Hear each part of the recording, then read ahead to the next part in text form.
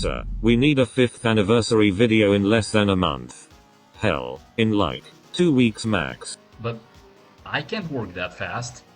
I got studies, I'm working on a personal project with a friend, shameless plug more on that later.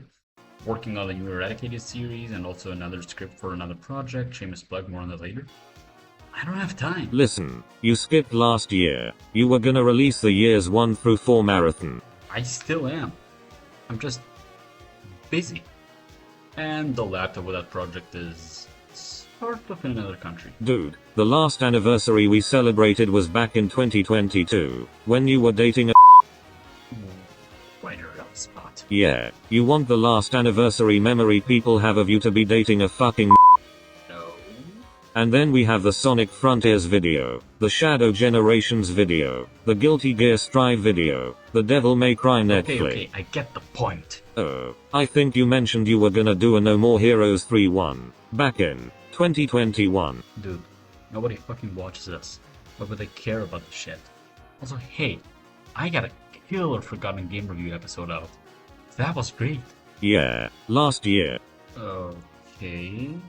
I also streamed quite a bit since then. Plus, people don't like your voice. My voice? God forbid people remember you haven't finished DMC3. I mean, what the fuck have you been doing since then? God damn it. Listen, I'm sorry, it's a fantastic game. I have to. You know what? If you're not gonna do this, I'm out. Whatever you're gonna do it on your own. Wait, dude, no! God damn it. He is right, though. But what can I do?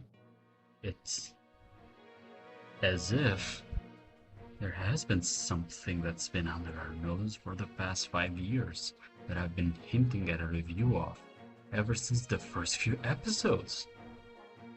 After all these years, finally, I have them all. My god, it's perfect. I'm finally gonna review some.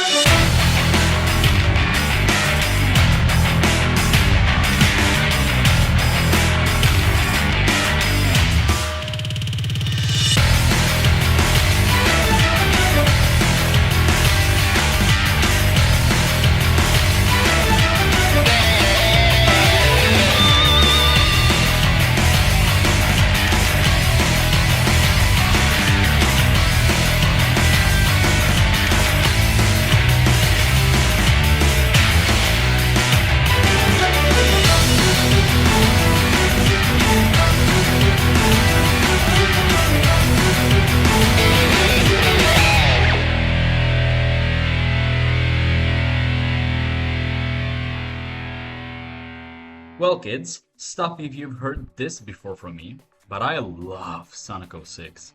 I adore Sonic 06. It is flawed to hell and back, it is an unfinished game, it is an infamous story. Sega wanted a game for the 15th anniversary of Sonic. Sonic team started work on a semi-reboot of Sonic called Sonic Next Gen. It was hella ambitious, however, due to a chain of unfortunate events, and Sega holding their grip tight on the 2006 release year, the game came out in the sorry state it was in. The rest is history. But that's a known story. I want to focus on something different. Now, some of you might be confused. It is called the Forgotten Game Review, yet I'm covering one of the most infamous games. Well, on a technicality basis, we have mentioned beforehand that we also cover underrated games in here. And plus, I'm going to try and focus on something different here. Coming from someone who has grown up with this, I'll try and shed some light on the most overlooked or forgotten aspects of the game. You know, the things people tend to cover with a shitload of dogpiling. I've been teasing this since 2020, so let's get to work.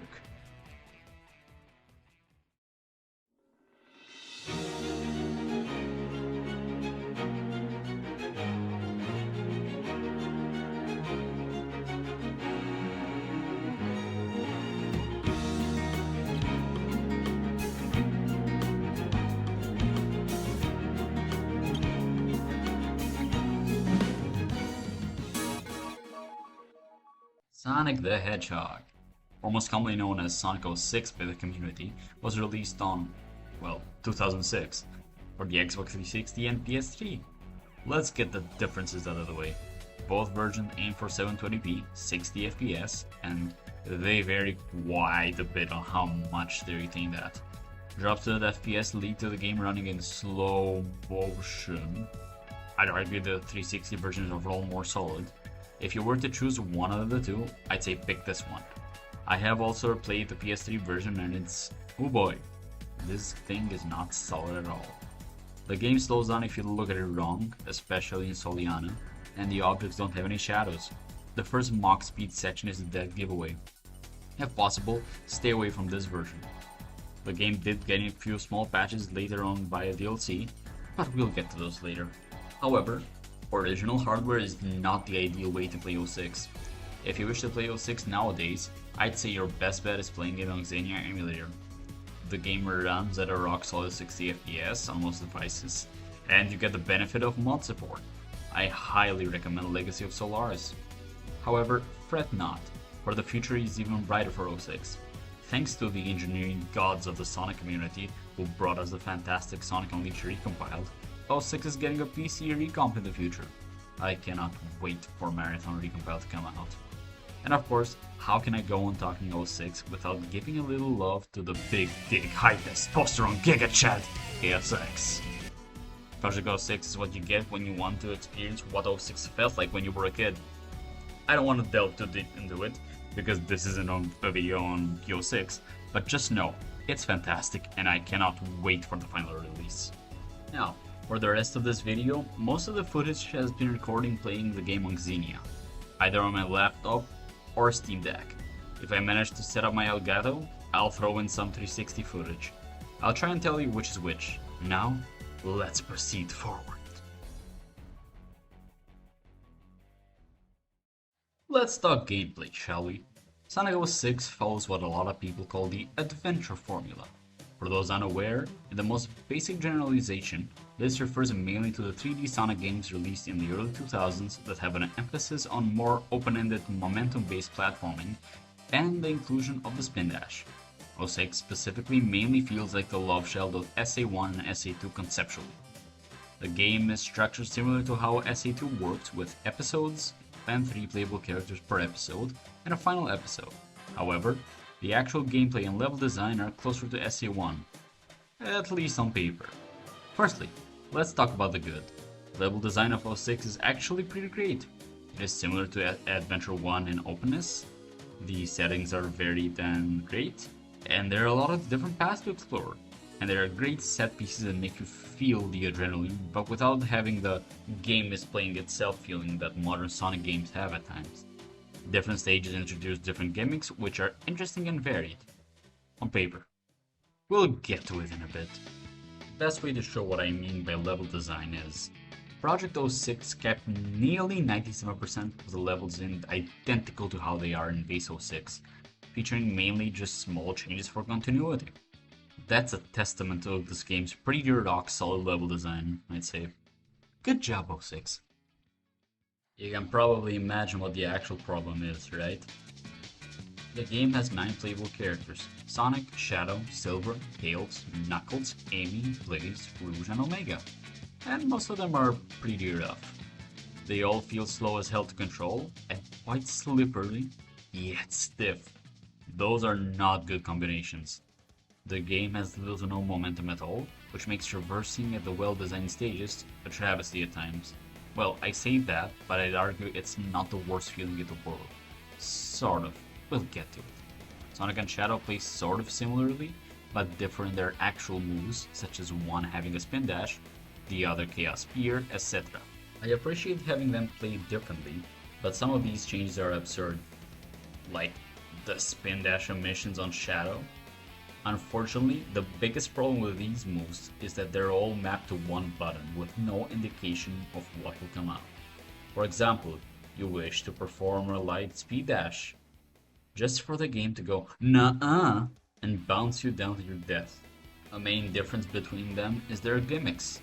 Shadow is often made to use gun vehicles in his levels, whereas Sonic gets what are known as Mach speed sections, where he speeds up and you have to dodge things and keep him on track as he runs. It's a cool concept. However, the game's physics and controls let it down. Hard. These sections devolve into bullshit and bits of rage. This concept was much better realized in Lost World, and of course, Sonic also gets some gimmick stages where he holds a leash. He loses some moves and gains a shield move. It's pretty solid. The rest of the characters vary quite a bit. Blaze is arguably the best character to play as, or at least on par with the two Hedgehogs. Omega is pretty solid, but with a broken flying glitch. I personally like Knuckles, but he and Rouge have terrible collision mechanics when wall climbing. Also, Rouge has a treasure hunt mission with no radar. I actually like this one. Tails is eh. His ring bomb attack is stupid, and his flight sucks. And he's slow as fuck. Now, let's get to arguably the worst characters in the game to play as. Let's start with Amy. Amy in this game stinks in every possible way. She was irrefutably bad even when I was a kid. Her actions are delayed to hell and back. Her double jump is atrocious. It feels like the god-awful jump Shinobu had in No More Heroes 2. She's just horrid. Secondly, we have Silver, the newcomer. As a kid, I didn't like playing as him, but you know what? His concept is sort of very cool. He's a tad out of the ordinary for a Sonic game, but that's sort of his appeal. He plays differently. He uses telekinesis to stun enemies, grab them, throw them, grab objects, throw them, and also hover. He can also interact with certain objects. It's a very different style from Sonic and Shadow. I like that. In PO6, here, Silver is too slow and controls like a rock, and the physics of the game do this poor soul no favors. Thanks to all this, what is a pretty decent puzzle in his dusty desert has now become infamous as the ball puzzle. It's a shame it had to be this way. I genuinely really like Silver. He has a very cool concept to his gameplay, and I'd honestly love for that move to give it an shot. He'd fit right in with the open zone of Sonic Frontiers. Oh yeah, the bosses. See, this series doesn't have a big reputation for outstanding boss design, outside of some of the newer releases. However, to put it short, the bosses range from pretty solid, to war crimes against humanity. Now, as to how the levels work. You usually have to go into levels via gates called Mirrors of Soliana, which are found in the 3 city hubs. In between, you are required to perform side quests in these hubs to progress. The progression isn't that confusing, so it is best to have a curious mind and pay attention, and you'll be fine. I guess. In case you get lost, the people in Soliana with an orange marker can help you find your path. The ones with the blue give you side missions. Another thing you can do in the open world is fly to space.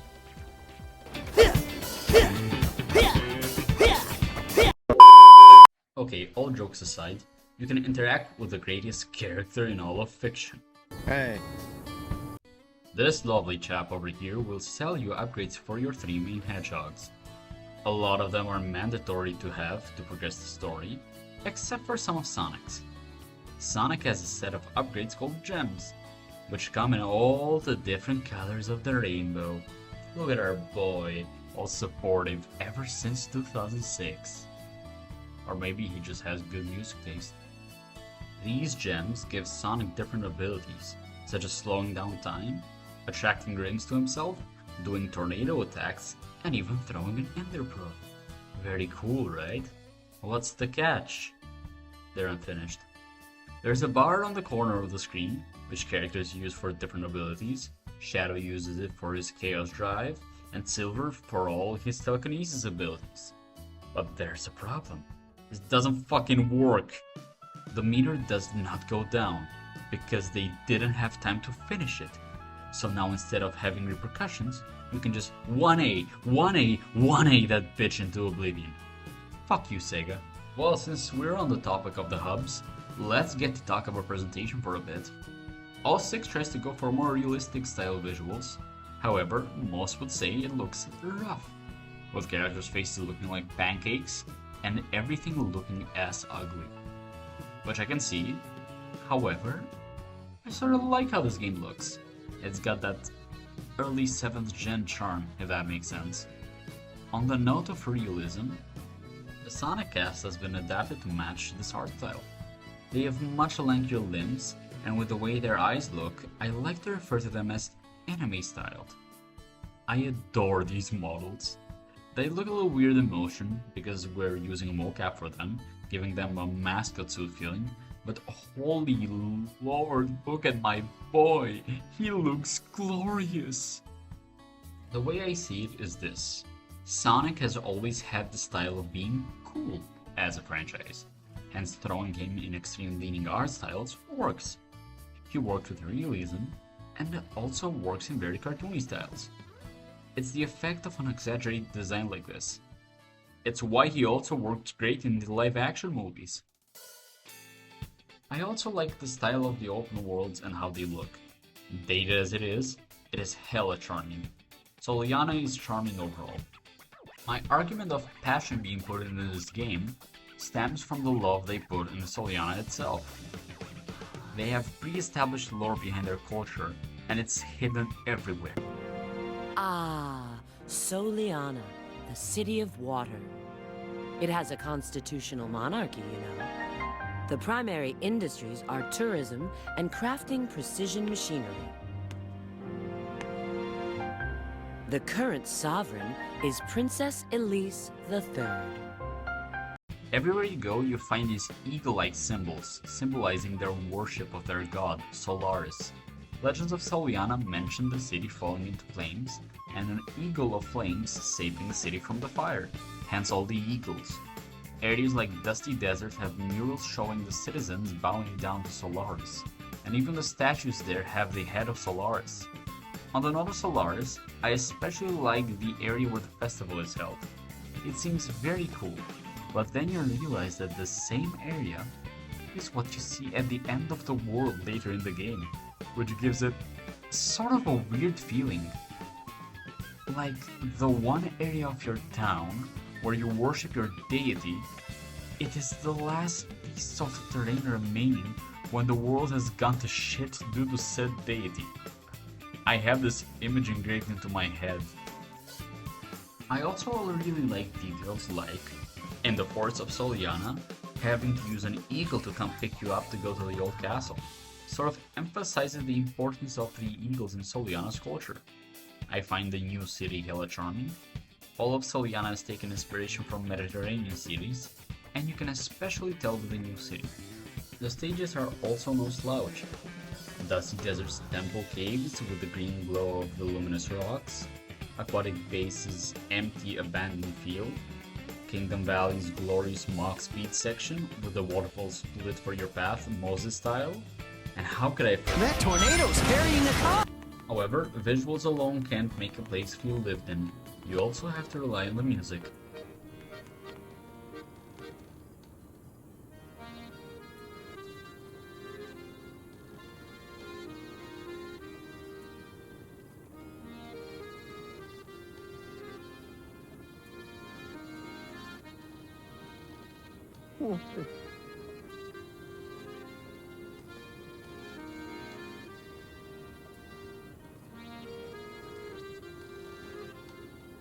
Hey, I think this guy might be a better. I absolutely adore the soundtrack of Sonic 06. I adore it to hell and back. It is my favorite. Oh, okay. It is one of my favorite gaming soundtracks ever. I even own it on CD. This was the first Sonic OST primarily led by Tomoya Otani, and it is a 5-star meal if I say so. The way every track just fits the level aesthetic, it's lovely. Let me take some examples. See the difference between the two tracks of Wave Ocean. The first one makes you feel like taking a breezy walk by the beach. The other one tells you, go, go, go, go!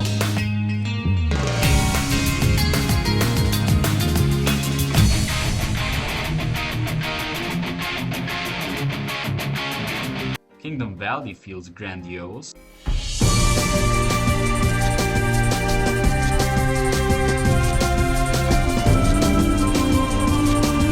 Aquatic Base was always one of my favorites. It gives this calm feeling, like you're treading an abandoned place. The best way to put it? It gives you the feeling of being underwater perfectly. It also has a bit of an EDM touch to give you the tech.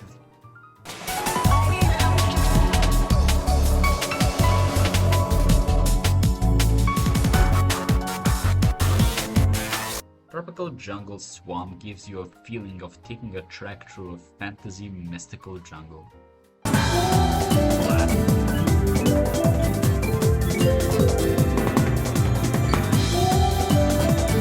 last one I want to emphasize is Flame Core.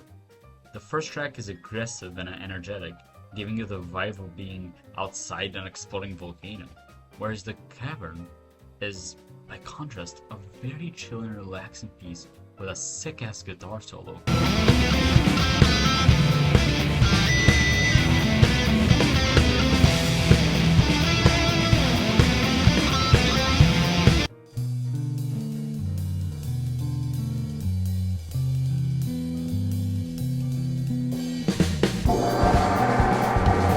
The cutscene music is no slouch either. It sort of makes the story feel grandiose and cinematic with a tint of theatrical exaggeration too.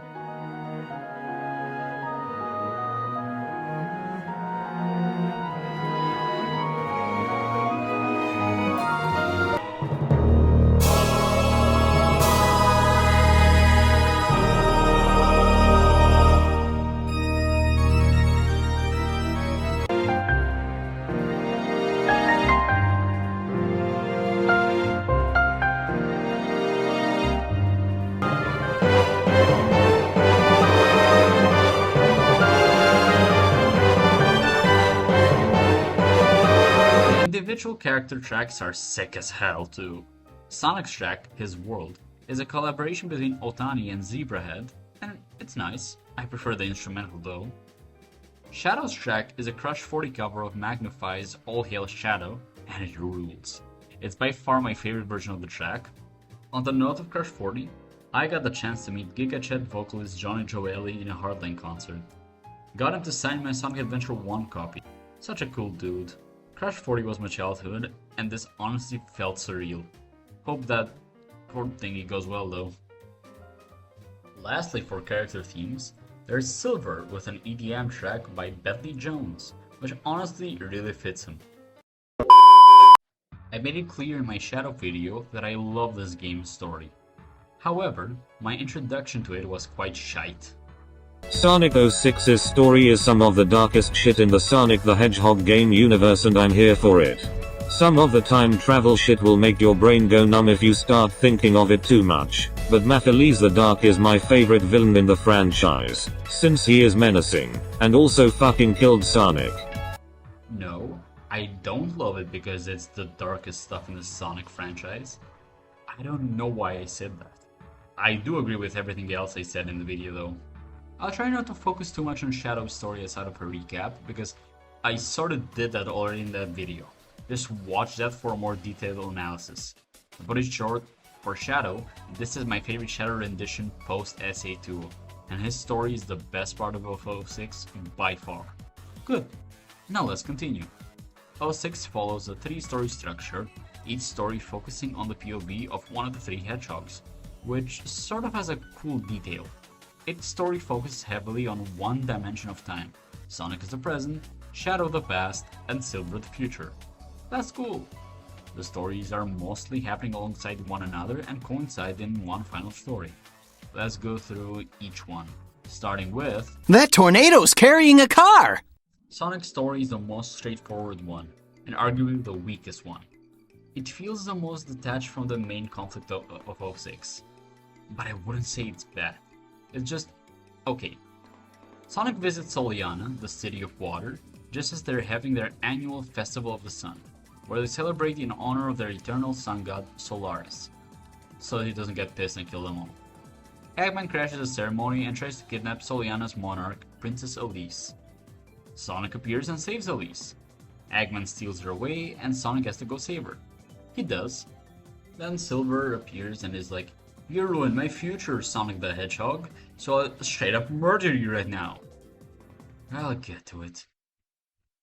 Elise gets kidnapped again. Amy saves Sonic, and he runs to find Elise.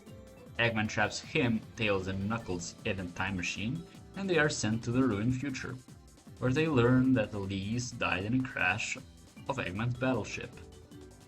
They meet Shadow and Rouge in the future and find Chaos Emeralds to return to the present. Say it with me now. Sonic saves Elise, Silver appears, and Elise gets kidnapped.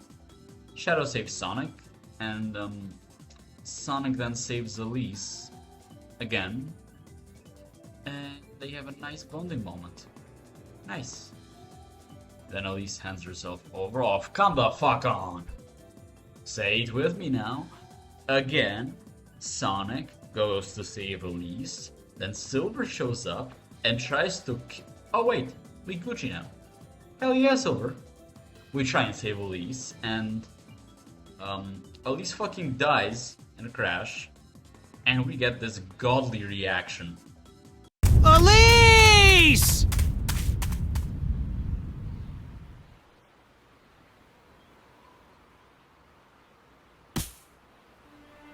Sonic goes to the past and stops Eggman before he launches the ship. The ship explodes, and Sonic and Elise escape. Sonic laughs like a madman.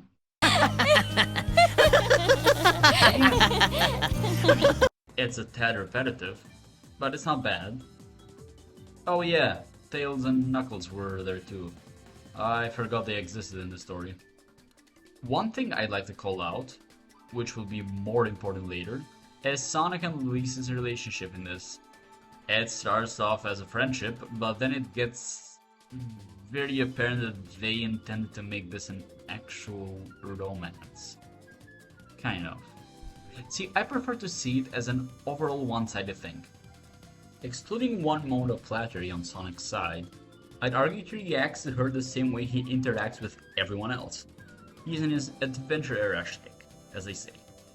He's snarky, yet caring, and open-minded. Nothing starts until you take action.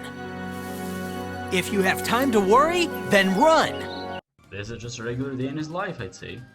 I'd say it's more of an infatuation on Elise's side, which, yeah, would make sense. From what we get to know about her, she's been thrust into the position of a ruler since a very young age. She can't show any emotions, and has to live the same monotonous life every day. Having Mr. What you see is what you get just thrown into your life is enchanting. He's the exact antithesis of what Elise has known her whole life, and the freedom that comes with him is free. It makes sense on her end to be interested in him. At least, I think this is what they were going for. And yeah, it's not presented in the most clear or best way. But again, we are talking about an unfinished game here. Not an excuse, just a fact. Now, to a better plot. Let's get moving! Let's try and get by this quickly. Shadow, now a gun agent, is infiltrating Eggman's base to save Rouge at the order of the President. They go to a rendezvous point in Kingdom Valley with an item called the Scepter of Darkness. They're ambushed by Eggman there, and the scepter breaks, revealing a creature looking like Shadow, called Mephiles, who clearly has beef with Shadow. He sends the duo to the future. Rouge and Shadow meet Sonic and gang, and go on an emerald hunt to go back to the present. Now, to explain the time travel rules of the story. The way Shadow explains it here, simply using Shadow's chaos control would not allow for significant energy to time travel. However, 2 Chaos Emeralds work just fine. Anywho, they get back to the present, but Shadow stays behind to face Mephiles. Mephiles reveals to Shadow that when the flames of disaster were unleashed and destroyed the future, humanity blamed Shadow because they feared him. Shadow tells him that he determines his own destiny, and they fight. In the present, Rouge gives Omega a Chaos Emerald to go and save Shadow, and he does. They go back, and Shadow saves Sonic from Silver. We get this legendary scene. Shadow and Silver go 10 years in the past and learn what has happened with Project Solaris. The Duke of Soliana was experimenting with the Flame of Solaris to try and tap into its power to change the past and potentially change the death of his wife. The experiment goes wrong, and Solaris gets split into two in an accident. These two are Mephiles and Iblis. Shadow traps Mephiles with the Scepter of Darkness in the past, hence why he was trapped in the present, and the Duke of Soliana traps Iblis, the Flames of Disaster, into his daughter, Elise. Shadow and Silver return to the present. Omega is told by Mephiles that he will betray Shadow in the future. Omega tells Shadow. Shadow is reassured by Rouge that she'll be there for him. They go to trap Mephiles. It fails. Shadow then pulls the hardest lines in Sonic history and fights back. Now, on to Silver. It's no use! Silver, this game's newcomer, comes from the future. A future where everything is destroyed by Iblis. Blaze, who is now from the future for some reason, and Silver constantly destroy Iblis, but he just pops back up. Logically, Silver is annoyed to hell and back by this constant loop of no results. That's when he gets made an offer by a stranger called Mephiles. He tells them that the current future is the way it is due to the actions of one Iblis trigger, Sonic the Hedgehog. Having no better answers and being desperate, Silver accepts Mephiles' words as fact and travels to the past to kill Sonic. In his first attempt, he gets stopped by Amy Rose, who mistakes him for Sonic. Glad to see we're keeping this trope going, Amy feels sorry for screwing him over and decides to help him find the Iblis trigger. If he helps her find what she is looking for. Don't get it? It's funny because they're looking for the same person. Silver is awed at everything in the present day since he hasn't seen anything but fire and destruction in his future. Even an empty desert seems so amazing to his eyes. That's neat. Anywho, Silver tries to kill Sonic, but Amy intervenes and tells him that she'd choose Sonic over the world were what Silver said true. Silver is now left with the moral question of whether killing Sonic, who in Amy's words is innocent, is the right choice. Getting his head back into the game, Silver tries to kill Sonic again, but is interrupted by Shadow. They go to the past, figure out the truth, and then return, as previously mentioned. Silver goes to help Sonic, but they fail, and Elise dies, thus releasing the Flames of Disaster. Sonic goes back in time to prevent this, and Silver and Blaze go into the future to stop Iblis. In the end, Blaze sacrifices herself to put an end to Iblis, thus saving their future, but leaving Silver alone. That's Silver's story.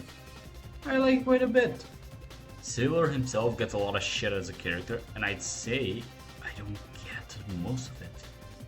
He's got pretty understandable motivations and a pretty decent arc, and is overall quite likable. He's for sure better here than basically every other appearance he has. The biggest point of contention is Blaze. Her appearance here causes more issues than anything. Either that counts her appearance in Sonic Rush, having her be from the future, and then she just goes back to being from another dimension. Which is fuck. With that, I think we can continue to... Getting fed up with this bullshit, Mephiles, the future Mephiles, gets the last Chaos Emerald he's missing, and pulls a fine I'll do it myself. He finds Sonic and Elise and just fucking kills him. Dude, I swear I've seen this exact scene somewhere else. God, the flashbacks. With Sonic dead, Elise finally breaks into tears, setting free the Flames of Disaster trapped within her. Mephiles now uses the Chaos Emeralds to merge with Iblis and reform Solaris. With Solaris unleashed, the time itself is coming to an end, and our characters are stuck in the middle of nothingness, with the dead body of Sonic. They decide to split up and find the 7 Chaos Emeralds and bring back Sonic. This leads us to the aforementioned End of the World, a gauntlet across 7 of the previous stages in the game as the 7 living cast members, as they rush to find the Chaos Emeralds, as Solaris rips the time and space rift, trying to suck everything in. It's hard and frustrating at times, but I like this stage. Having collected all 7 Chaos Emeralds, Elise revives Sonic and then kisses him. We have now reached the most infamous scene of this game. And, okay, here's the thing. I used to dislike the scene even as a kid. Now, I don't particularly care for it. Hey, here's the thing. I think it's unnecessary, but even so, I see it more as a giving life type of scene. But, yeah, they really did shoot themselves in the foot with this one. A lot of people call this gross and bestiality, but I don't agree. Sonic is an anthropomorphic animal. He's a cartoon character. If Roger Rabbit can hit it, I don't particularly see anything wrong with him. Hell, someone even asked Lacey Chabert, the voice actress for Elise, about this, and she responded with, "Huh, no, you're just being silly. It's not an inappropriate relationship. Let's just say Sonic and Princess Elise have an attraction for each other." Anywho, moving on. With Sonic revived as Super Sonic, he, Super Shadow, and Super Silver go and face Solaris in the present, past, and future. Solaris in Phase 2 turns into a biblically accurate angel. After defeating him, Sonic and Elise go to the past and blow out the flame of Solaris, erasing him and the events of the game from existence, ending the game. One thing I have to point out and appreciate is the villain of the game, Mephiles.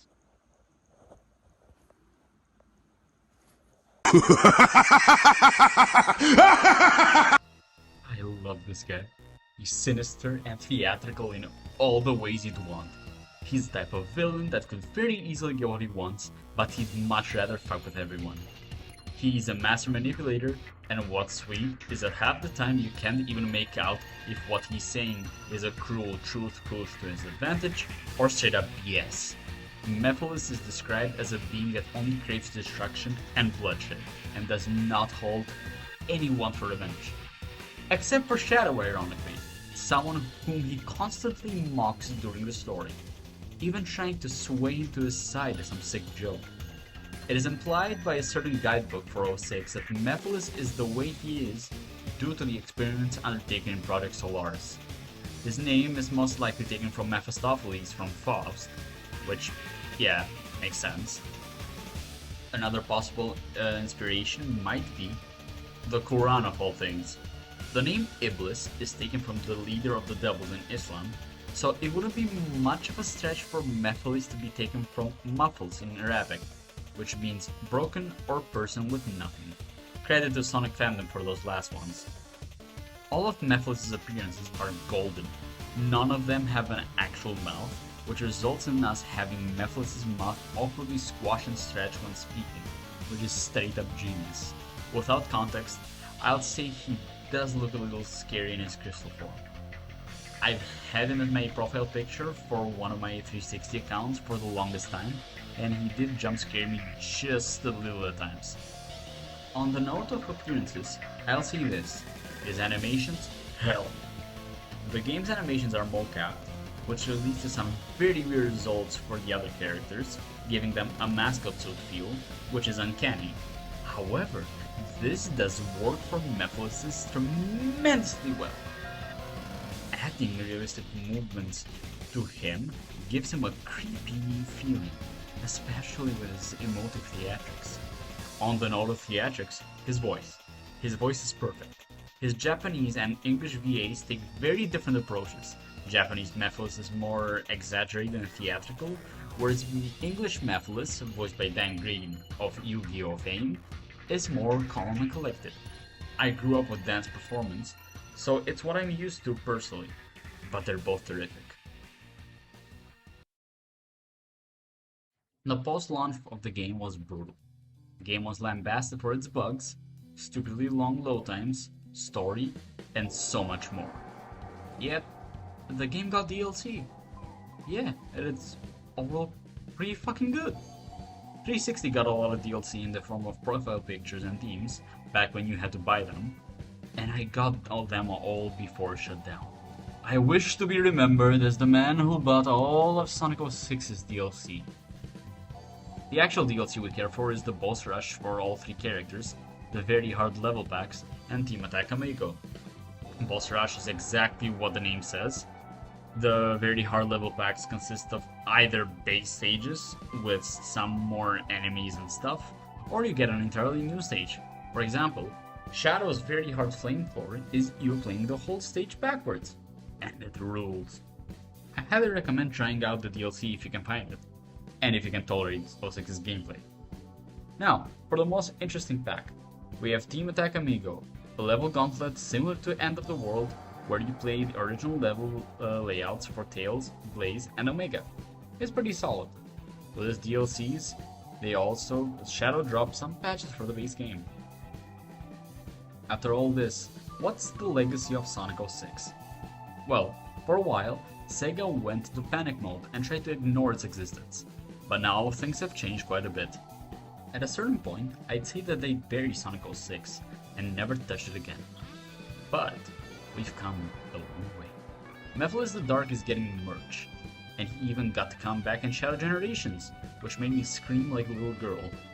06 has gotten level reps in both Sonic and Shadow Generations, with the absolutely killer Crisis City and Kingdom Valley stages. And 06 does get new Sonic Channel art for release in Mephiles here and there. I cannot explain the joy I felt when playing Shadow Generations and seeing Omega lore drop about Soliana. The game director of Shadow Gens did say that he wanted an 06 remake, which the Sonic community took as well as you can expect. Personally, I am up for it. As much as I love the story, it does need a second draft desperately. This will be interesting. At the end of all this, there is something I wish to say. Not every game can be valued the same. Some games strive to play with the fact that they are an art form. Not all games do that. Some just wish to be games, and succeed by creating a hella solid, if not fantastic experience. Some games do not achieve any of that and fall flat. However, we cannot value them in the same way. There's a difference between a game that's bad because it has no love and passion put into it, acting merely as a corporate mandated cash grab, and a game with soul and love that's undeniable, that is unfortunately let down by its circumstances. I don't agree with valuing those the same. And it's not just pure nostalgia talking here. Sonic Forces was also my childhood. The first year of this very channel was filled with Sonic Forces content, and I loved the game. I would play and replay it any chance I could. However, having grown, I realized that Forces, though I might have had my fun with it, isn't a good game. It is a creatively bankrupt game that feels more like it's trying to run through a checklist of game elements that should make a good game, but it has no soul or love put into it. It is objectively a more solid game in terms of polish, but I'll always tell you that Boosting Simulator Forces over here is much worse compared to 06. I'm not blind and a fool to tell you that 06 is a great game. It's an unfinished game with all the flaws of an unfinished game, unlike DMC4. It's buggy, its performance is bad, and it plays like ass. I give it a 6 out of 10 objectively. However, I would feel wrong undervaluing the effort and passion put into its creation. As unrealized as it is, not all Sonic games can give me this much to talk about, and I value that a lot. 06 might not have been my first Sonic game as a kid, nor was it the first time I saw these characters, but it was what I remember seeing online as a kid, just getting into this franchise that I hold so dearly. I have vivid memories of those 480p YouTube videos of 06 cutscenes, or even playing this game in my living room and pissing off my dad as he hears the words "It's no use" for the 20th time in a row. I love this game despite its flaws, and I hope I managed to make you understand some of the whys too, and if anything, helped you see it in a different light. I couldn't have thought of a better way to celebrate the 5th anniversary of this series than with this. Since the start, I wanted to review this, and it feels like the perfect time to do so. I hope you enjoyed it, and I thank you again for supporting this series for 5 years. As hinted at the start of the video, I do have a lot of things in the oven at the same time, and I hope I can share more about those projects as soon as possible. They might be some of the biggest projects I've done so far, and I hope they live up to my words. If you for some reason like this video, consider subscribing and leaving a like. If you want to see my stupid artwork, check out my Deviantart and Instagram. Join my Discord server, link in the description for all. I am the DC Fan XO, and don't forget that I determine my own destiny. Well, I'll be damned. You actually finished it. I did. All I needed was a little push. And also to go back to those stupid hints I put out early on. No joke. I'm impressed. Yeah, in hindsight, there was a lot I could have put in. Can you believe that this is an 06 video in 2025 without a single reference to Snapcube? Plus, I wish to compare it to the field of cyberspace and frontiers, and I wish to record the PS3 footage myself, and... Elgato? yeah, I needed an HDMI splitter. I see. Well, you seem to have the hang of this. I suppose you won't need me and my annoying voice anymore. About that. Sorry for what I said earlier. Oh no, it's fine. You should take criticism. The consumer is always right. Yeah, but still, I think we can work it out. There is space for both of us. You think? Yeah. I'm sorry about what I said earlier too. Come now. There's cake.